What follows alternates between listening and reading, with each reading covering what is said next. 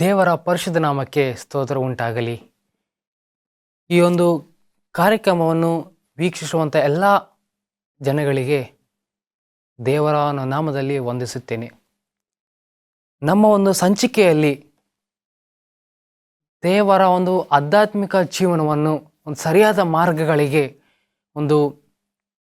ನಾವು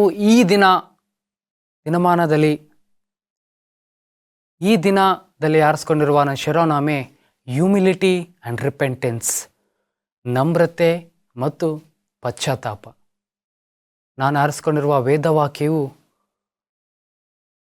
ಯಾಕೋಬನ ಬರೆದ ಪತ್ರಿಕೆ 4ನೇ ಅಧ್ಯಾಯ 6ನೇ ವಚನ. ಯಾಕೋಬನ ಬರೆದ ಪತ್ರಿಕೆ 4ನೇ ಅಧ್ಯಾಯ 6ನೇ ವಚನ. ಆತನು ನಮ್ಮ ಮೇಲೆ ಅತಿಶಯವಾದ ಕೃಪೆಯನ್ನು ಇಡುತ್ತಾನೆ, ಆದ್ದರಿಂದ ದೇವರು ಅಹಂಕಾರಿಗಳನ್ನು ಎದುರಿಸುತ್ತಾನೆ, ದೀನರಿಗಾದರೂ ಕೃಪೆಯನ್ನು ಅನುಗ್ರಹಿಸುತ್ತಾನೆ ಎಂದು ಶಾಸ್ತ್ರವು ಹೇಳುತ್ತದೆ.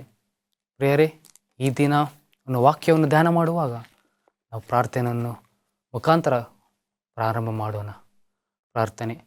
ನಮ್ಮನ್ನು ಬಹಳವಾಗಿ ಪ್ರೀತಿ ಮಾಡುವಂಥ ಪರಲೋಕದ ಕರ್ತನೇ, ನಿನ್ನ ನಾಮಕ್ಕೆ ಸ್ತೋತ್ರವಾಗಲಿ. ಕರ್ತನೇ ದೇವ, ಈ ದಿನ ನಾವು ದಾನ ಮಾಡಿರುವಂಥ ಒಂದು ಪಶ್ಚಾತ್ತಾಪ ಬಗ್ಗೆ ನೀವೇ ನಮ್ಮ ಜೊತೆ ಮಾತಾಡಬೇಕೆಂದು ಬೇಡಿಕೊಳ್ಳುತ್ತೇನೆ. ಕರ್ತನೆ ತಂದೆಯೇ, ನನ್ನ ಪರವಾಗಿ ತಲೆಬಾಗುವಂಥ ನಿಮ್ಮ ಮಕ್ಕಳಿಗೆ ನೀವೇ ಅವರು ಮಾಡಿರುವಂಥ ಎಲ್ಲ ಪಾಪಗಳನ್ನು, ಎಲ್ಲ ಒಂದು ಅಪರಾಧಗಳನ್ನು ಕ್ಷಮಿಸಬೇಕೆಂದು ಬೇಡಿಕೊಳ್ಳುತ್ತೇನೆ. ಕರ್ತನೆ, ಈ ಒಂದು ಕಾರ್ಯಕ್ರಮವನ್ನು ನೀವು ಮಾತ್ರ ಘನಮಾನ ಹೊಂದಿಬೇಕೆಂದು ಯೇಸು ಕ್ರಿಸ್ತ ನಾಮದಲ್ಲಿ ಬೇಡಿ ಹೊಂದಿದ್ದೇವೆ ನಮ್ಮ ಕರ್ತನೆ. ಆಮೇನ್. ಪ್ರಿಯರೇ, ನಾವು ಅನೇಕ ಪಾಪಗಳನ್ನು ನಾವು ಮಾಡುತ್ತೇವೆ. ಸೈತಾನನು ಯಾವ ರೀತಿಯಾಗಿ ನಮಗೆ ಆಲೋಚನೆ ತರ್ತಾನಂದರೆ, ನಮ್ಮ ಒಂದು ದೈವಿಕ ಅಭ್ಯಾಸಗಳನ್ನು, ನಮ್ಮ ಒಂದು ಕಾನ್ಸಂಟ್ರೇಟನ್ನು, ನಮ್ಮ ಒಂದು ಫೋಕಸ್ ದೇವರ ಮೇಲೆ ಇಡೋದಕ್ಕೆ ನಾವು ಏನು ಮಾಡ್ತೇನೆ, ಸೈತಾನನು ನಮ್ಮ ಪಾಪಗಳನ್ನು ಅಡ್ಡ ತರ್ತಾನೆ. ಹಿಂದೆ ಮಾಡಿರುವಂಥ ಎಲ್ಲ ಪಾಪವನ್ನು ನಮಗೆ ನಮ್ಮ ಮೈಂಡಲ್ಲಿ ತರ್ತಾನೆ, ನಮ್ಮ ಆಲೋಚನೆಗಳಲ್ಲೇ ತರ್ತಾನೆ. ಸೊ ಆ ಒಂದು ಆಲೋಚನೆ ನಾವು ಏನು ಮಾಡ್ತೇವೆ, ನಾವು ಈ ಒಂದು ಪಾಪ ಮಾಡಿದ್ದೀವಲ್ಲ, ನಾವು ಯೋಗ್ಯನಲ್ಲ, ನಾವು ಯೇಸು ಕ್ರಿಸ್ತನ ಹತ್ರ ಹೋಗೋದು ಯೋಗ್ಯನಲ್ಲ, ನಾವು ವಾಕ್ಯವನ್ನು ಓದೋರು ಯೋಗ್ಯನಲ್ಲ, ನಾವು ಪ್ರಾರ್ಥನೆ ಮಾಡೋದು ಯೋಗ್ಯನಲ್ಲ, ನನ್ನ ಪಾಪಿ, ನಾನು ಹೋಗ್ಬಾರ್ದಂತ ಸೈತಾನನ್ನು ಆಲೋಚನೆ ತರ್ತಾನೆ. ಒಳ್ಳೆ ವಿಷಯ ಏನಪ್ಪ ಅಂದರೆ, ಯೇಸು ಕ್ರಿಸ್ತನು ನಾವು ಈ ಕ್ಷಣದನ್ನು ಪಶ್ಚಾತ್ತಾಪ ಪಟ್ಟರೆ ಖಂಡಿತವಾಗಿಯೂ ಕ್ಷಮಿಸ್ಬಿಡ್ತಾನೆ. ಸೊ ನೀವು ಪಾಪ ಮಾಡಿದ್ದೀರಿ, ಸೊ ನಾವು ಒಂದೇ ಕೆಲಸವನ್ನು ಮಾಡಬೇಕೇನಪ್ಪ ಅಂತಂದರೆ ಪಶ್ಚಾತ್ತಾಪ ಪಟ್ಟು ನಾವೇನು ಮಾಡಬೇಕು, ಯೇಸು ಕ್ರಿಸ್ತನನ್ನು ಬೇಡಿಕೊಳ್ಳಬೇಕು. ಸೊ ಸತ್ಯವೇದದಲ್ಲಿ ಒಂದು ಪಶ್ಚಾತ್ತಾಪ ಪಟ್ಟು ಒಂದು ಅದ್ಭುತವಾದ ಬರೆದಂಥ 51ನೇ ಕೀರ್ತನೆ ನಾವು ಇವತ್ತು ದಾವೀದನ ಬರೆದ 51ನೇ ಕೀರ್ತನೆಯನ್ನು ಧ್ಯಾನ ಮಾಡಿಕೊಳ್ಳೋಣ. ಪ್ರಿಯರೇ, ದಾವೀದನ ವಿಷಯದಲ್ಲಿ ನೋಡೋದಾದರೆ ಎಲ್ಲವನ್ನು ದಾವೀದನ ಜೀವನದಲ್ಲಿ ಒಂದು ಸಾಫಿಯಾಗಿ ಸಾಗುತ್ತಿತ್ತು ಅವನ ಜೀವನ. ಆದರೆ ಒಂದು ಕ್ಷಣ ಅವನ ಜೀವನವನ್ನೇ ಬದಲಾವಣೆವಾಯಿತು. ಆ ಒಂದು ಕ್ಷಣ ಏನು ನೋಡೋಣ. ಸತ್ಯವೇದದಲ್ಲಿ ತೆರೆಯಿರಿ. 2ನೇ ಸಾಮುವೇಲನು 11ನೇ ಅಧ್ಯಾಯ 1-2 ವಚನಗಳು ಈ ರೀತಿ ಹೇಳುತ್ತೆ. ಮರುವರ್ಷ ಅರಸರು ಯುದ್ಧಕ್ಕೆ ಹೊರಡುವ ಸಮಯದಲ್ಲಿ ದಾವೀದನು ಯೋವಾಬನನ್ನು, ತನ್ನ ಸೇವಕರನ್ನು, ಎಲ್ಲ ಇಸ್ರಾಯೇಲರನ್ನು ಯುದ್ಧಕ್ಕೆ ಕಳಿಸಿದನು. ಇವರು ಹೋಗಿ ಅಮ್ಮೋನಿಯರ ಪ್ರಾಂತಗಳನ್ನು ಹಾಳು ಮಾಡಿ ರಬ್ಬಕ್ಕೆ ಮುತ್ತಿಗೆ ಹಾಕಿದರು. ದಾವೀದನು ಯೆರೂಸಲೇಮಿನಲ್ಲಿಯೇ ಇದ್ದನು. 2ನೇ ವಚನ. ಅವನು ಒಂದು ದಿವಸ ಸಂಜೆಯ ಹೊತ್ತಿನಲ್ಲಿ ಮಂಚದಿಂದೆದ್ದು ಅರಮನೆಯ ಮಾಳಿಗೆಯ ಮೇಲೆ ತಿರುಗಾಡುತ್ತಿರುವಾಗ ಅಲ್ಲಿಂದ ಬಹು ಸುಂದರಿಯಾದ ಒಬ್ಬ ಸ್ತ್ರೀಯ ಸ್ನಾನ ಮಾಡುವುದನ್ನು ಕಂಡನು. ಕೂಡಲೇ ದಾವೀದನೊಬ್ಬನನ್ನು ಕರೆದು ಆ ಸ್ತ್ರೀಯ ಯಾರೆಂದು ಕೇಳಲು ಅವನು ಆಕೆಯೇ ಎಲಿಯಾಮನ ಮಗಳು ಇತ್ಯನಾದ ಉರಿಯನ ಹೆಂಡತಿಯನ್ನು ಆಗಿರುವನು, ಬೆತ್ಷೆಬೆಯಲ್ಲವೋ ಎಂದು ಉತ್ತರ ಕೊಟ್ಟನು. ನೋಡಿ ಪ್ರಿಯರೇ, ಒಂದು ಚಿಕ್ಕ ಒಂದು ಕೆಲಸ. ಒಂದು ವೇಳೆ ದಾವೀದನು ಆ ಒಂದು ಯುದ್ಧಕ್ಕೆ ಹೋಗಿದ್ದರೆ ಅವನ ಲೈಫಲ್ಲಿ, ಅವನ ಜೀವನದಲ್ಲಿ ಈ ಒಂದು ಅಪದ ಈ ಒಂದು ಪಾಪ ಅವನ ಜೀವಿತದಲ್ಲಿ ಬರ್ತಿರ್ಲಿಲ್ಲ. ಒಂದು ಕ್ಷಣ ಆ ಯುದ್ಧಕ್ಕೆ ಹೋಗಿಲ್ಲ. ಕಾರಣ ಅವನೇನಾಯ್ತು, ಏನು ಮಾಡಿದನು, ಅವನು ಬೆತ್ಷೆಬ ವಿಷಯದಲ್ಲಿ ಪಾಪ ಮಾಡಿದನು. ಆ ಪಾಪ ಮಾಡೋದಕ್ಕೆ ಒಂದು ದೇವರು ಪ್ರವಾದಿಯನ್ನು ನಾಮಾನನನ್ನು ಕಲಿಸಿದ. ಪ್ರಿಯರೇ, ನಾವು ಅನೇಕ ಪಾಪಗಳನ್ನು ಮಾಡುತ್ತೇವೆ, ಆದರೆ ದಾವೀದನಂತೆ ನಾವು ಪಶ್ಚಾತ್ತಾಪ ಪಟ್ಟಿದ್ದೇವಾ? ಇಲ್ಲ ಎಂದು ನಿಮಗೆ ಪ್ರಶ್ನೆ ಹಾಕಿದ್ದೇನೆ ಪ್ರಿಯ. ಯಾವಾಗ ನಾವು ಪಶ್ಚಾತ್ತಾಪ ಪಟ್ಟು ದೇವರಿಗೆ ಬೇಡಿಕೊಂಡು ನಾವು ಕಣ್ಣೀರು ಪ್ರಾರ್ಥನೆ ಮಾಡಿದರೆ ದೇವರು ಖಂಡಿತವಾಗಿಯೂ ನಮ್ಮ ಪಾಪಗಳನ್ನು ಕ್ಷಮಿಸಿಬಿಡ್ತಾನೆ. ಸೊ ಆವಾಗ ನಮ್ಮ ಆಧ್ಯಾತ್ಮಿಕ ಜೀವನಗಳನ್ನು ಇನ್ನೂ ಮುಂದುವರೆಸಿಗೆ ನಮಗೆ ಏನಾಗುತ್ತೆ, ಸಹಾಯವನ್ನು ನೀಡುತ್ತೆ. ಹೌದು, ಸೈತಾನನು ಅನೇಕ ಒಂದು ಶ್ರಮೆಗಳು, ಅನೇಕ ಒಂದು ಶೋಧನೆಗಳು ತರ್ತಾನೆ ಪ್ರಿಯರೇ. ಆದರೆ ನಾವನ್ನು ಬೀಳಾರದೆ ನಮ್ಮ ಒಂದು ಗುರಿಯನ್ನು ಏನಾಗಿರಬೇಕಪ್ಪ ಅಂದರೆ ಯೇಸು ಕ್ರಿಸ್ತನಾಗಿರಬೇಕು. ಸೈತಾನನು ಯಾರು ತಂದರೆ ಯೇಸು ಕ್ರಿಸ್ತನನ್ನೇ ಬಿಡಲಿಲ್ಲ. ಯೇಸು ಕ್ರಿಸ್ತ 40 ದಿವಸಗಳು ಉಪವಾಸ ಇರುವ ಸಮಯದಲ್ಲಿ ಆ ಒಂದು ವಿಲ್ಡರ್ನೆಸ್ಸಲ್ಲಿ ಹೋಗಿ ಶೋಧಿಸಿದನು ಯೇಸು ಕ್ರಿಸ್ತನನ್ನು. ಯೇಸು ಕ್ರಿಸ್ತನನ್ನು ಬಿಡಲಿಲ್ಲ ಅಂತ ಸೈತಾನನು ಈಗ ನಿಮ್ಮ ಒಂದು ಜೀವಿತವೇನು ಪ್ರಿಯರೇ? ನಿಮ್ಮ ಒಂದು ಪಾಪ ಮಾಡಿದರೆ ನಾವೇನು ಮಾಡೋಣ? ಪಶ್ಚಾತ್ತಾಪ ಪಡೋಣ. ಬನ್ನಿ ನೋಡೋಣ ಯಾವ ರೀತಿಯಾಗಿ ದಾವೀದನು ದೇವರಿಗೆ ಪಶ್ಚಾತ್ತಾಪ ಪಟ್ಟು ಬೇಡಿಕೊಂಡನು ಆತನ ಒಂದು ಪಾಪವನ್ನು ಕ್ಷಮಿಸುವುದಕ್ಕೆ. 51ನೇ ಕೀರ್ತನೆ 1ನೇ ವಚನ. ಪ್ರೀತಿ ಸ್ವರೂಪನಾದ ದೇವರೇ, ನನ್ನನ್ನು ಕರುಣಿಸು, ಕರುಣಾನಿಧಿಯೇ, ನನ್ನ ದ್ರೋಹವನ್ನೆಲ್ಲ ಅಲಿಸಿಬಿಡು. ಪ್ರಿಯರೇ, ಒಂದು ದಾವೀದನು ಮೊದಲನೇದಾಗಿ ಏನಂತಿದ್ದಾನೆ? ಪ್ರೀತಿ ಸ್ವರೂಪನಾದ ದೇವರು. ಹೌದು, ನಮ್ಮ ದೇವರು ಪ್ರೀತಿ ಸ್ವರೂಪನು, ಕರುಣಾಮಯನು. ನಾವೆಷ್ಟೇ ಪಾಪ ಮಾಡಿದ್ರೂ ಸಹ ಕ್ಷಮಿಸಿಡುವಂಥ ದೇವರು ನಮ್ಮಲ್ಲಿದ್ದಾನೆ. ನಾವೆಷ್ಟೇ ದೇವರಿಗೆ ವ್ಯತಿರೇಕ ನಡೆದರೂ ಸಹ ಕರುಣಿಸುವಂಥ ದೇವರು ನಮ್ಮ ದೇವರಾಗಿದ್ದಾನೆ. 2ನೇ ವಚನ. ನನ್ನ ಪಾಪವನ್ನು ಸಂಪೂರ್ಣವಾಗಿ ತೊಳೆದು ಬಿಡು, ನನ್ನ ದೋಷವನ್ನು ಪರಿಹರಿಸಿ ನನ್ನನ್ನು ಶುದ್ಧಿಗೊಳಿಸು. ದಾವೀದನು ಹೇಳ್ತಾನೆ, ನನ್ನ ಪಾಪಗಳನ್ನು ಸಂಪೂರ್ಣವಾಗಿ ತೊಳೆದು ಬಿಡು. ಪ್ರಿಯರೇ, ನಾವು ನಮ್ಮ ಪಾಪಗಳನ್ನು ಒಪ್ಪಿಸಿ ಕೊಡ್ತಿದ್ದೇವೆ ದೇವರ ಮುಂದೆ?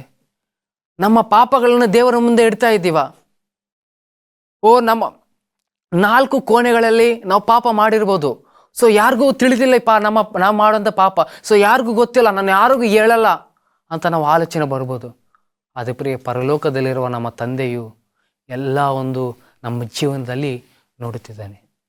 ಸೊ ನಿಮ್ಮ ಒಂದು ವಿಷಯದಲ್ಲಿ, ನಿಮ್ಮ ವೈಯಕ್ತಿಕ ವಿಷಯದಲ್ಲಿ ಏನು ಪಾಪ ಮಾಡಿದ್ರಂತ ಮಾತ್ರ ದೇವ್ರಿಗೆ ಮಾತ್ರ ತಿಳಿತೀವಿ ಪ್ರಿಯ. ಇಲ್ಲಿ ದಾವೀದನು ಹೇಳ್ತಾ ಇದ್ದೇನೆ, 3ನೇ ವಚನ ನೋಡ್ರಿ. ನಾನು ದ್ರೋಹಿ ಎಂದು ನಾನೇ ಒಪ್ಪಿಕೊಂಡಿದ್ದೇನೆ, ನನ್ನ ಪಾಪವು ಯಾವಾಗಲೂ ನನ್ನ ಮುಂದಿದೆ. ಎಷ್ಟು ಅವನು ಒಪ್ಪಿಕೊಂಡಿದ್ದಾನೆ ನೋಡಿ ದಾವೀದನು. ನಾವು ನಮ್ಮ ಪಾಪ ಮಾಡಿದ್ರೆ 4 ಗೋಡೆಗಳ ಮಧ್ಯದಲ್ಲಿಟ್ಕೊಂಡು ನಾವು ಕವರ್ ಮಾಡ್ತೇವೆ, ಯಾರಿಗೂ ಹೇಳಲ್ಲ ನಾವು.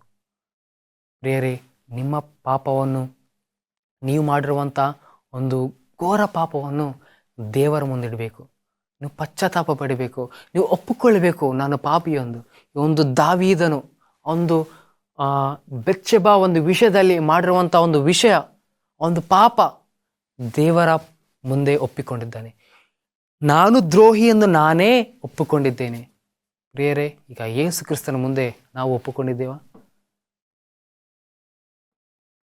4ನೇ ವಚನ. ಕೇವಲ ನಿನಗೆ ತಪ್ಪು ಮಾಡಿದ್ದೇನೆ, ನಿನ್ನ ದೃಷ್ಟಿಗೆ ಕೆಟ್ಟದಾಗಿರುವುದನ್ನೇ ಮಾಡಿದ್ದೇನೆ. ಹೌದು, ನಾವು ದೇವರ ದೃಷ್ಟಿಯಲ್ಲಿ ಏನು ಕೆಟ್ಟದಾಗಿದೆಯೋ, ದೇವರ ಒಂದು ಆಲೋಚನೆಯಲ್ಲಿ ಏನು ಒಂದು ಕೆಟ್ಟದಾಗಿದೆಯೋ ನಾವು ಅದೇ ಮಾಡ್ತಾ ಇದ್ದೇವೆ ಪ್ರಿಯರೇ. ನಮ್ಮ ಒಂದು ದೃಷ್ಟಿಯಲ್ಲಿ ನೋಡಿಕೊಂಡು, ನಮ್ಮ ಒಂದು ಆಲೋಚನೆ ಇಟ್ಕೊಂಡು ಇದು ಸರಿ ಅನಿಸ್ಬೇಕು. ಆದರೆ ದೇವರ ಒಂದು ದೃಷ್ಟಿಯಲ್ಲಿ ಏನಾಗಿದೆ, ಅದು ತಪ್ಪಾಗಿದೆ ಪ್ರಿಯರೇ. ನಮ್ಮ ಆಲೋಚನೆಗಳನ್ನು ನೋಡಲಾರ್ದೆ ನಾವು ಯಾರು ನೋಡಬೇಕು? ದೇವರ ಆಲೋಚನೆ ಅಂತ ನಾವು ನೋಡಬೇಕು. ಯಾವಾಗ ದೇವರ ಒಂದು ದೃಷ್ಟಿಯಲ್ಲಿ ನಾವೊಂದು ಆ ಕೆಲಸಗಳಲ್ಲಿ ನೋಡ್ತೀವೋ ಆವಾಗ ನಾವು ಅನಿವಾರ್ಯ ಆಗಿತ್ತು ಇದು ತಪ್ಪು, ಇದು ಮಾಡಬಾರ್ದು ಅಂತ. ಇಲ್ಲಿ ದಾವೀದನು ಹೇಳ್ತಾ ಇದ್ದೇನೆ, ಕೇವಲ ನಿನಗೆ ತಪ್ಪು ಮಾಡಿದ್ದೇನೆ, ನಿನ್ನ ದೃಷ್ಟಿಗೆ ಕೆಟ್ಟದಾಗಿ ಇರುವುದನ್ನೇ ನಾನು ಮಾಡಿದ್ದೇನೆ. ನಿನ್ನ ನಿರ್ಣಯ ನ್ಯಾಯವಾಗಿಯೂ ನಿನ್ನ ತೀರ್ಪು ನಿಷ್ಕಳಂಕವಾಗಿ ಇರುತ್ತದಲ್ಲ. ಪ್ರಿಯರೇ, ಆತನ ಒಂದು ನಿಯಮ, ಆತನ ಒಂದು ನ್ಯಾಯ ನಿಷ್ಕಳಂಕವಾಗಿರ್ಬೋದು. ನಾವು ಮಾಡಿರುವಂಥ ತಪ್ಪು, ನಾವು ಮಾಡುವಂಥ ಅಪರಾಧ ನಮ್ಮ ಮನುಷ್ಯರಿಗೆ ಹೇಳ್ಬೋದು. ಒಂದು ಮನುಷ್ಯನ ಏನು ಮಾಡ್ತಾನೆ? ಇನ್ನೊಬ್ಬರಿಗೆ ಅವನ ಪಾಪವನ್ನು ಹೇಳ್ತಾನೆ, ಹಾಗೆ ಹೀಯಾಳಿಸ್ತಾನೆ. ಪ್ರಿಯರೇ, ನಮ್ಮ ದೇವರು ಅಂತಾರಲ್ಲ, ನಿಷ್ಕಳಂಕ ದೇವರು ನಮ್ಮ ದೇವರು. ನಿನ್ನ ನಿರ್ಣಯ ನ್ಯಾಯವಾಗಿಯೋ ನಿನ್ನ ತೀರ್ಪು ನಿಷ್ಕಳಂಕವಾಗಿದೆ. 5ನೇ ವಚನ, ಹುಟ್ಟಿದ ದಿನದಿಂದ ನಾನು ಪಾಪಿಯೇ, ಮಾತೃ ಗರ್ಭವನ್ನು ಹೊಂದಿದ ದಿನದಿಂದ ದ್ರೋಹಿಯೇ. ಯಥಾರ್ಥ ಚಿತ್ತವೇ ನಿನಗೆ ಸಂತೋಷ, ಸುಜ್ಞಾನದ ರಹಸ್ಯಗಳ ನಿನಗೆ ತಿಳಿಯಪಡಿಸು. ಪ್ರಿಯರೇ, ಹುಟ್ಟಿದ ನಾವೇನಾಗಿದ್ದೀವಿ? ಪಾಪಿಯಾಗಿದ್ದೀವಿ. ದೇವರು ಮುಂದೆ ನಮ್ಮ ಪಾಪಗಳನ್ನು ಒಪ್ಪಿಕೊಂಡು ನಾವು ಪಶ್ಚಾತ್ತಾಪ ಪಡೋಣ, ದೇವರಿಗೆ ಕೇಳೋಣ, ದೇವರಿಗೆ ಬೇಡಿಕೊಳ್ಳೋಣ. 6ನೇ ವಚನದಲ್ಲಿ ಈ ರೀತಿ ಹೇಳುತ್ತೆ, ಯಥಾರ್ಥ ಚಿತ್ತವೇ ನಿನಗೆ ಸಂತೋಷ. ಹ್ಯೂಮಿಲಿಟಿ, ಯಥಾರ್ಥ ಚಿತ್ತ, ಯಥಾರ್ಥ ಮನಸ್ಸು ದೇವರಿಗೆ ಏನಾಗಿದೆ? ಒಂದು ಸಂತೋಷವಾಗಿದೆ. ನಾವು ಅವನು ಯಥಾರ್ಥ ಮನಸ್ಸುಳ್ಳ ಹೊರಗೆ ನಾವು ಜೀವಿಸ್ತಿದ್ದೇವಾ? ಯಾವ ರೀತಿಯಾಗಿ ಒಂದು ದಾವೀದನು ಹೇಳ್ತಾ ಇದ್ದಾನೆ, ಯಥಾರ್ಥ ಚಿತ್ತವೇ ನಿನಗೆ ಸಂತೋಷ. ದೇವರ ಒಂದು ಸಂತೋಷವನ್ನು ನಾವು ಮಾಡ್ತಿದ್ದೇವಾ? ಪ್ರಿಯರೇ, ನಾವೇನು ಮಾಡ್ತಿದ್ದೀವಿ?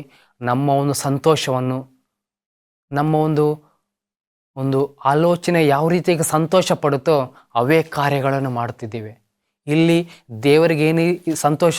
ಯಥಾರ್ಥ ಚಿತ್ತ, ಯಥಾರ್ಥ ಮನಸ್ಸು. ಆ ಒಂದು ಯಥಾರ್ಥ ಮನಸ್ಸು ನಮಗಿದೆಯಾ? ನಮ್ಮ ಒಂದು ಆತ್ಮಿಕ ಜೀವನವನ್ನು, ನಮ್ಮ ಒಂದು ಆತ್ಮಿಕ ಬೆಳವಣಿಗೆ ಇನ್ನೂ ಮುಂದುವರಿಸಬೇಕಾದರೆ, ಇನ್ನೂ ಬಲಪಡಿಸಬೇಕಾದರೆ ಯಥಾರ್ಥ ಮನಸ್ಸು ಬಹಳ ಮುಖ್ಯ ಪ್ರಿಯರೇ. ಯಾವಾಗ ನಾವು ಯಥಾರ್ಥ ಮನಸ್ಸು ಆಗಿ ನಾವು ಜೀವಿಸ್ತೇವೋ ಆವಾಗ ನಮ್ಮ ಜೀವನವು ಯಾರಿಗಿಷ್ಟ ಆಗುತ್ತೆ? ಮನುಷ್ಯರಿಗಲ್ಲ, ಪರಲೋಕದಲ್ಲಿರುವ ದೇವರಿಗೇನಾಗಿದೆ? ಯಥಾರ್ಥ ಒಂದು ಮನಸ್ಸು ದೇವರಿಗೆ ಇಷ್ಟ ಆಗಿದೆ. 7ನೇ ವಚನ, ಹಿಸ್ಸೋಪ್ ಗಿಡ ಬರಳಿನಿಂದ ನೀರನ್ನು ಚಿಮಿಕಿಸಿಯೋ ಎಂಬಂತೆ ನನ್ನ ಅಶುದ್ಧತ್ವವನ್ನು ತೆಗೆದುಬಿಡು, ಆಗ ಶುದ್ಧನಾಗಿರುವೆನು. ನನ್ನನ್ನು ತೊಳೆ, ಆಗ ಹಿಮಕ್ಕಿಂತಲೂ ಬೆಳಗಾಗುವೆನು. ಪ್ರಿಯರೇ, ನಮ್ಮ ಪಾಪಗಳನ್ನು ದೇವರ ಮುಂದೆ ಇಡೋಣ.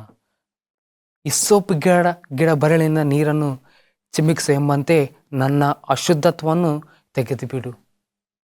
ದೇವರಿಗೆ ಬೇಡಿಕೊಳ್ಳೋಣ. ನಮ್ಮ ಪಾಪಗಳು, ನಾವು ಅಂತರಂಗದಲ್ಲಿ ಮಾಡಿರುವಂಥ ಅಪರಾಧವು, ಒಂದು ಕೆಟ್ಟ ಆಲೋಚನೆಯು ದೇವರ ಮುಂದೆ ಒಪ್ಪಿಸೋಣ. ಆಗ ದೇವರು ಆತನ ಹಿಸ್ಸೋಪ್ ಗಿಡನಿಂದ ಬರಲಿಂದ ನಾನು ಚಿಮಿಕಿಸಿ ನಮ್ಮನ್ನು ಏನು ಮಾಡ್ತೇನೆ? ಶುದ್ಧಪಡಿಸ್ತೇನೆ. ಪ್ರಿಯರೇ, ಈ ಒಂದು ಅದ್ಭುತವಾದ ಪಶ್ಚಾತ್ತಾಪ ಪ್ರಾರ್ಥನೆ ದಾವೀದನು ಎಷ್ಟೋ ಕಣ್ಣೀರನ್ನಿಟ್ಟು, ಎಷ್ಟೋ ತನ್ನ ಪರಲೋಕದಲ್ಲಿರುವಂಥ ದೇವರಿಗೆ ಪಾಪ ಮಾಡಿದೆಯಲ್ಲ ಒಂದು ಕಣ್ಣೀರು ಇಟ್ಟು ಈ ಒಂದು ಕೀರ್ತನೆ ಬರ್ತಿದ್ದಾನೆ. ಪ್ರಿಯರೇ, ನಾವೇನು ಮಾಡ್ತಿದ್ದೀವಿ? ಅದನ್ನು ಪಾಪವನ್ನು ಮಾಡಿ ಅದೇ ರೀತಿಗೆ ಮಾಡಿ ಮಾಡಿ ಮಾಡಿ ನಾವೇನು ಮಾಡ್ತಿದ್ದೀವಿ? ದೇವರನ್ನು ದೂರ ಇಡ್ತಿದ್ದೀವಿ. ಇಲ್ಲಿ ದಾವೀದನಾದ ಕೀರ್ತನ ಅದ್ಭುತವಾದ ಪ್ರಾರ್ಥನೆಯನ್ನು ಬರಿತಾ ಇದ್ದೇನೆ. 10ನೇ ವಚನ, ದೇವರೇ ನನ್ನಲ್ಲಿ ಶುದ್ಧ ಹೃದಯವನ್ನು ನಿರ್ಮಿಸು, ನನಗೆ ಸ್ಥಿರ ಚಿತ್ತವನ್ನು ಅನುಗ್ರಹಿಸು, ನನ್ನನ್ನು ನೂತನಪಡಿಸು. ಶುದ್ಧ ಹೃದಯವನ್ನು ನಿರ್ಮಿಸು. ಹೌದು ಪ್ರಿಯರೇ, ನಮ್ಮಲ್ಲಿ ಕೆಟ್ಟ ಹೃದಯ, ಕೆಟ್ಟ ಆಲೋಚನೆ, ಒಂದು ಕೆಟ್ಟ ಭಾವನೆ ನಮಗೇನು ಮಾಡ್ತಿದೆ, ದೇವರ ಒಂದು ಸಂಬಂಧವನ್ನು ಬೇರ್ಪಡಿಸುತ್ತದೆ. ಸೊ ಒಂದು ದಾವೀದನು ದೇವರು ಮತ್ತು ದಾವೀದನು ಇರುವಂಥ ಸಂಬಂಧದಲ್ಲಿ ಆ ಒಂದು ಬೆಚ್ಚಬಾ ಒಂದು ವಿಷಯದಲ್ಲಿ ದೂರ ಆದರೂ ಒಂದು ಕೆಟ್ಟ ಒಂದು ಆಲೋಚನೆ, ಕೆಟ್ಟ ಒಂದು ಹೃದಯ, ಅದೇ ರೀತಿಯಾಗಿ ನಮ್ಮ ಒಂದು ಕೆಟ್ಟ ಒಂದು ಹೃದಯ ಏನು ಮಾಡ್ತದೆ, ನಮ್ಮಲ್ಲಿ ದೇವರಲ್ಲಿ ಇರುವಂಥ ಸಂಬಂಧವನ್ನು ಬೇರ್ಪಡಿಸಿದೆ ಪ್ರಿಯರೇ. 13ನೇ ವಚನ, ಆಗ ನಿನ್ನ ಮಾರ್ಗವನ್ನು ದ್ರೋಹಿಗಳಿಗೆ ಬೋಧಿಸುವೆನು, ಪಾಪಿಗಳು ನಿನ್ನ ಕಡೆಗೆ ತಿರುಗಿಕೊಳ್ಳುವೆರು. ದಾವೀದನ ಕೀರ್ತನ ದಾವೀದಗಾರನು ಹೇಳ್ತಾನೆ, ಪಾಪಿಗಳು ನಿನ್ನ ಕಡೆಗೆ ತಿರುಗಿಕೊಳ್ಳುವರು. ಪ್ರಿಯರೇ, ನಾವು ಮಾಡಿರುವಂಥ ಪಾಪಿಗಳು ತಿರುಗಿಕೊಳ್ಳೋಣ, ದೇವರ ಮುಂದೆ ಇಡೋಣ. ಸೊ ಯಾವಾಗ ನಮ್ಮ ಪಾಪಿಗಳು ದೇವರ ಮುಂದೆ ಇಡುತ್ತೇವೋ, ಸೊ ಆವಾಗ ದೇವರು ನಮ್ಮನ್ನು ಶುದ್ಧಿ ಮಾಡಿ ನಮ್ಮನ್ನು ಕ್ಷಮಿಸ್ತಾನೆ ಪ್ರಿಯರೇ. ಅದೇವನ್ನು ನಾವು ನೋಡುವಾಗ ದಾವೀದನು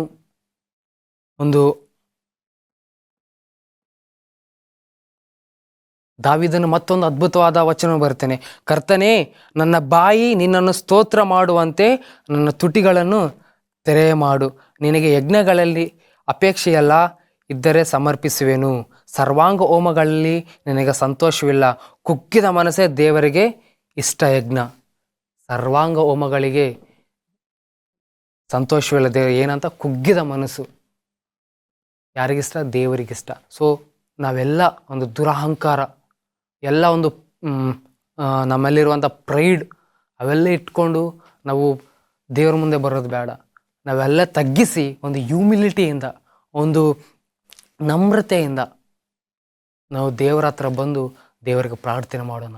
ಯಾವ ರೀತಿಯಾಗಿ ಈ ಒಂದು ದಾವೀದನು ದೇವರಲ್ಲಿ ಮೊಣಕಾಲೂರಿ ಕಣ್ಣೀರು ಇಟ್ಟು ದೇವರಿಗೆ ಪ್ರಾರ್ಥನೆ ಮಾಡುತ್ತೇನೋ, ಆತನು ಮಾಡಿರುವಂಥ ಎಲ್ಲ ಪಾಪವನ್ನು ದೇವರ ಮುಂದೆ ಇಡ್ತಾನೋ ಪ್ರಿಯರೇ, ಅದೇ ರೀತಿಯಾಗಿ ನನ್ನ ಪಾಪವು, ನಿಮ್ಮ ಪಾಪವು ದೇವರ ಮುಂದೆ ಇರೋಣ. ದೇವರು ಮತ್ತೆ ಮತ್ತೆ ನಮ್ಮ ಪಾಪಗಳನ್ನು ದೇವರಲ್ಲ, ದೇವರು ನಾವು ಒಂದ್ಸಲ ದೇವರ ಮುಂದೆ ಪಾಪವನ್ನು ಅರಿಕೆ ಮಾಡಿದರೆ, ದೇವರ ಮುಂದೆ ಪಾಪವನ್ನು ಇಟ್ಟರೆ ಖಂಡಿತವಾಗಿಯೂ ದೇವರು ನಮ್ಮ ಪಾಪಗಳನ್ನು ಕ್ಷಮಿಸ್ತಾನೆ ಪ್ರಿಯರೇ. ಸೊ ಯಾವ ರೀತಿಯಾಗಿ ಈ ಒಂದು ಪಾಪವನ್ನು ಕ್ಷಮಿಸ್ತದೇನೋ ದಾವೀದನ ಪಾಪವು, ಅದೇ ರೀತಿಯಾಗಿ ನಾವು ನಮ್ಮ ಪಾಪಗಳನ್ನು ದೇವರು ಕ್ಷಮಿಸಿಬಿಡ್ತಾನೆ ಕರ್ತನೆ ಪ್ರಿಯರೇ. ನಾವು ನೋಡುವುದಾದರೆ ಪೇತ್ರನ ವಿಷಯದಲ್ಲಿ ಸಹ ಅದೇ ರೀತಿ ಆಯಿತು. ಸೊ ಪೇತ್ರನು ಯೇಸು ಕ್ರಿಸ್ತನನ್ನು 3 ಸತಿ ಡಿನೈ ಮಾಡಿದನು. ಆದರೆ ಕಡೆಯದಾಗಿ ದೇವರ ಆ ಪೇತ್ರನನ್ನು ಕ್ಷಮಿಸಿ ಒಂದು ಅದ್ಭುತವಾದ ಒಂದು ಕೆಲಸವನ್ನು, ಅಪಾರವಾದ ಕೆಲಸವನ್ನು ಒಂದು ಯಾರಿಗೆ, ಪೇತ್ರನಿಗೆ ಒಪ್ಪಿಸಿಕೊಟ್ಟನು. ಅದೇ ರೀತಿಯಾಗಿ ನಮ್ಮ ಪಾಪವನ್ನು ಒಪ್ಪಿಸಿ ದೇವರಿಗೆ, ದೇವರು ನಮಗೆ ಒಂದು ಕೆಲಸವನ್ನು ಕೊಡ್ತಾನೆ ಪ್ರಿಯರೇ. ಆ ಕೆಲಸ ಏನಪ್ಪ ಅಂತಂದರೆ, ದೇವರ ಒಂದು ಆತ್ಮಿಕ ಜೀವಕ್ಕೆ ನಾವು ಬೆಳವಣಿಗೆ ಆಗಬಹುದು. ಸೊ ನಮ್ಮ ಮುಖಾಂತರ ಇನ್ನು ಇತರರಿಗೆ ನಾವೇನು ಮಾಡಬೇಕು, ಒಂದು ಮಾದರಿಯನ್ನು ತೋರಿಸ್ಬೇಕು. ಸೊ ಯಾವ ರೀತಿಯಾಗಿ ಪೇತ್ರನೇ ಕ್ಷಮಿಸಿ ಒಂದು ಕೆಲಸವನ್ನು ಕೊಟ್ಟನು, ಅದೇ ರೀತಿಯಾಗಿ ನಮ್ಮ ಪಾಪಗಳನ್ನು ಒಪ್ಪಿಸಿ ದೇವರು ನಮ್ಮನ್ನು ಕ್ಷಮಿಸಿ ನಮ್ಮ ಒಂದು ಕೆಲಸವನ್ನು ಏನಪ್ಪ ಅಂದರೆ ಇತರರಿಗೆ ನಾವು ಮಾದರಿ ಆಗಬೇಕು. ನಮ್ಮ ಒಂದು ಲೈಫ್ ಸ್ಟೈಲ್, ನಮ್ಮ ಒಂದು ಆಧ್ಯಾತ್ಮಿಕ ಜೀವನವನ್ನು ನೋಡಿ ಇತರರು ದೇವರ ಒಂದು ಸನ್ನಿಧಿಗೆ ಬರುವ ಚಾನ್ಸಸ್ ಇದೆ ಪ್ರಿಯರೇ. ಒಂದೇ ದೇವರ ಒಂದು ಸನ್ನಿಧಿಯಲ್ಲಿ, ದೇವರ ಒಂದು ಪಾದಗಳಲ್ಲಿ ನಮ್ಮ ಪಾಪವನ್ನು ಇಡೋಣ. ಯಾವಾಗ ಪಾಪವನ್ನಿಟ್ಟು ದೇವರ ನಮ್ಮನ್ನು ಪಾಪವನ್ನು ಕ್ಷಮಿಸ್ತಾನೆ ಪ್ರಿಯರೇ. 1 ಯೋಹಾನ 1ನೇ ಅಧ್ಯಾಯ 9ನೇ ವಚನ, ನಮ್ಮ ಪಾಪಗಳನ್ನು ಒಪ್ಪಿಕೊಂಡು ಅರಿಕೆ ಮಾಡಿದರೆ ಆತನು ನಂಬಿಗಸ್ತನೂ ನೀತಿವಂತನೂ ಆಗಿರುವುದರಿಂದ ನಮ್ಮ ಪಾಪಗಳನ್ನು ಕ್ಷಮಿಸಿಬಿಟ್ಟು ಸಕಲ ಅನೀತಿಯನ್ನು ಪರಿಹರಿಸಿ ನಮ್ಮನ್ನು ಶುದ್ಧಿ ಮಾಡುವನು. ಪ್ರಿಯರೇ, ನಮ್ಮ ಪಾಪವನ್ನು ದೇವರಿಗೆ ಒಪ್ಪಿಸೋಣ. ಆತನೇನಾಗಿದೆ, ಆತನು ನಂಬಿಗಸ್ತನು ನೀತಿವಂತನು ಆಗಿದ್ದರಿಂದ ನಮ್ಮ ಪಾಪಗಳನ್ನು ಕ್ಷಮಿಸ್ತಾನೆ ಪ್ರಿಯರೇ. ನೀವು ಪಾಪ ಮಾಡುವುದಾದರೆ, ನಿಮ್ಮ ಪಾಪಗಳಿಂದಾದರೆ, ಆ ಸೈತಾನನ ಕೆಟ್ಟ ಆಲೋಚನೆ ಆಗಲಾರದೆ ದೇವರ ಮುಂದೆ ಬಂದು ನಿಮ್ಮ ಪಾಪಗಳನ್ನು ಒಪ್ಪಿಸು. ಯಾವಾಗ ನಿಮ್ಮ ಪಾಪಗಳನ್ನು ದೇವರ ಮುಂದೆ ಇಡ್ತಾರೋ ಖಂಡಿತವಾಗಿಯೂ ದೇವರೇ ನಿಮ್ಮ ಪಾಪಗಳನ್ನು ಕ್ಷಮಿಸ್ತಾರೆ. ಮನುಷ್ಯರಿಗೆ ಹೇಳುವಂಥ ನಮಗೆ ಇದೆಲ್ಲ ಪ್ರಿಯರೇ, ನಾವು ಮನುಷ್ಯರಿಗೆ ಹೇಳಿದರೆ ಅವ್ರೇನು ಮಾಡ್ತಾರೆ, ನಮ್ಮನ್ನು ಆ ಒಂದು ವಿಷಯವನ್ನು ಬೇರೆಯವ್ರಿಗೆ ತಿಳಿಸಿ ನಮಗೆ ಹೀಯಾಳಿಸ್ತಾರೆ. ದೇವರು ಮನುಷ್ಯನಂತಿಲ್ಲ. ಸೊ ದೇವರು ಖಂಡಿತವಾಗಿಯೂ, ಯಾಕಂತಂದರೆ ದೇವರು ನಮ್ಮ ಪಾಪಗಳನ್ನು ಒಪ್ಪಿಕೊಂಡು ಅರಿಕೆ ಮಾಡಿದರೆ ಆತನು ನಂಬಿಗಸ್ತನು ನೀತಿವಂತನು ಒಂದು ಅಪಾರವಾದ ಒಂದು ಭರವಸೆ ನಮಗೆ ಕೊಟ್ಟಿದ್ದಾನೆ. ಸೊ ಒಂದೇ ಕೆಲಸ ನಾವು ಏನು ಮಾಡಬೇಕು, ಪಶ್ಚಾತ್ತಾಪ ಪಡಿಬೇಕು, ಕಣ್ಣೀರಿಟ್ಟು ಪ್ರಾರ್ಥನೆ ಮಾಡಬೇಕು. ಆವಾಗ ತಾನೇ ಯೇಸು ಕ್ರಿಸ್ತನ ನಮ್ಮ ಪಾಪಗಳನ್ನು ಕ್ಷಮಿಸಿ ನಮ್ಮ ಆಧ್ಯಾತ್ಮಿಕ ಜೀವನವನ್ನು ಇನ್ನೂ ಮುಂದುವರಿಸೋದು, ಇನ್ನೂ ಬಲಪಡಿಸೋದು. ಪ್ರಿಯರೇ, ಒಂದೇ ಮಾಡೋದೇ ಕೆಲಸ, ಪ್ರಾರ್ಥನೆ ಮಾಡಿಕೊಳ್ಳೋಣ. ಇಷ್ಟು ವರ್ಷಗಳು, ಇಷ್ಟು ತಿಂಗಳುಗಳು ನಮ್ಮ ಜೀವನ ಹಿಂದೆ ಅನೇಕ ಪಾಪಗಳನ್ನು ನಾವು ಮಾಡುತ್ತೀವಿ. ಈ ಒಂದು ಒಳ್ಳೆಯ ಅವಕಾಶ, ಒಂದು ಒಳ್ಳೆಯ ಸಮಯ ದೇವರಿಗೆ ಪ್ರಾರ್ಥನೆ ಮಾಡಿಕೊಳ್ಳೋಣ. ಯಾವ ರೀತಿಯಾಗಿ ದಾವೀದನು ಪ್ರಾರ್ಥನೆ ಮಾಡಿದನೋ, ಯಾವ ರೀತಿಯಾಗಿ ದೇವರ ಇಲ್ಲಿ ಪಶ್ಚಾತ್ತಾಪ ಪಟ್ಟನೋ ದೇವರು ಕ್ಷಮಿಸಿದನು. ಅದೇ ದೇವರು ನಿಮ್ಮನ್ನು ನಮ್ಮನ್ನು ಕ್ಷಮಿಸುವಂಥ ದೇವರು ಆಗಿದ್ದಾನೆ. ಯಾಕಂತಂದರೆ ದೇವರು ನಂಬಿಗಸ್ತನು ನೀತಿವಂತನಾಗಿದ್ದಾನೆ. ಪ್ರಿಯರೇ, ಇದೊಂದು ಒಳ್ಳೆಯ ಅವಕಾಶ. ದೇವರು ನಿಮ್ಮ ಪಾಪಗಳನ್ನು ಒಪ್ಪಿಕೊಂಡು ನಮ್ಮ ಆತ್ಮಿಕ ಜೀವನವನ್ನು ಇನ್ನೂ ಬಲಪಡಿಸೋಣ, ಇನ್ನೂ ಹೆಚ್ಚಾಗಿ ಮುಂದುವರಿಸೋಣ. ಬನ್ನಿ ನನ್ನ ಜೊತೆ ಪ್ರಾರ್ಥನೆ ಮಾಡೋಣ. ಭೂಮಿಯನ್ನು ಸೃಷ್ಟಿಸಿ ಪರಲೋಕದಲ್ಲಿರುವ ನಮ್ಮ ತಂದೆಯೇ, ನಿನ್ನ ನಾಮಕ್ಕೆ ಸ್ತೋತ್ರವಾಗಲಿ. ತಂದೆಯೇ, ನಮ್ಮ ಪಾಪಗಳು, ನಮ್ಮ ಅಪರಾಧಗಳು ನಿಮ್ಮ ಮುಂದೆ ಇಟ್ಟಿದ್ದೇವೆ ಕರ್ತನೆ. ಕೇವಲ ನಿಮಗೆ ನಾವು ತಪ್ಪು ಮಾಡಿದ್ದೇವೆ. ನಮ್ಮ ಪಾಪ ಅಪರಾಧಗಳನ್ನು ಕ್ಷಮಿಸಬೇಕು ಬೇಡ್ಕೊಳ್ತೇನೆ ಕರ್ತನೆ. ಹೌದು ಕರ್ತನೆ, ಈ ಒಂದು ವಾಕ್ಯವನ್ನು ವೀಕ್ಷಿಸಿರುವಂಥ ನಿಮ್ಮ ಮಕ್ಕಳಿಗಾಗಿ ಪ್ರಾರ್ಥನೆ ಮಾಡುತ್ತಿದ್ದೇನೆ. ಹೌದು ಕರ್ತನೆ, ಆ ಸೈತಾನನು ಅನೇಕ ಆಲೋಚನೆಗಳು ತರಬಹುದು, ಅನೇಕ ಒಂದು ದುರಾಲೋಚನೆಗಳು ತರಬಹುದು ಕರ್ತನೆ. ಆದರೆ ನಂಬಿಗಸ್ತನಾದ ನೀತಿವಂತರಾದ ದೇವರು ನಮ್ಮ ಪರವಾಗಿದ್ದಾನೆ. ನಮ್ಮ ಒಂದು ಪಾಪಗಳಿಗೆ ಕ್ಷಮಿಸುವಂಥ ದೇವರು ನಮ್ಮ ಪರವಾಗಿದ್ದಾನೆ. ಪ್ರಿಯರೇ, ಅಪ್ಪ ತಂದೆ, ನೀವೇ ನಮ್ಮ ಪಾಪಗಳನ್ನು ಕ್ಷಮಿಸಿ ಅಪ್ಪ.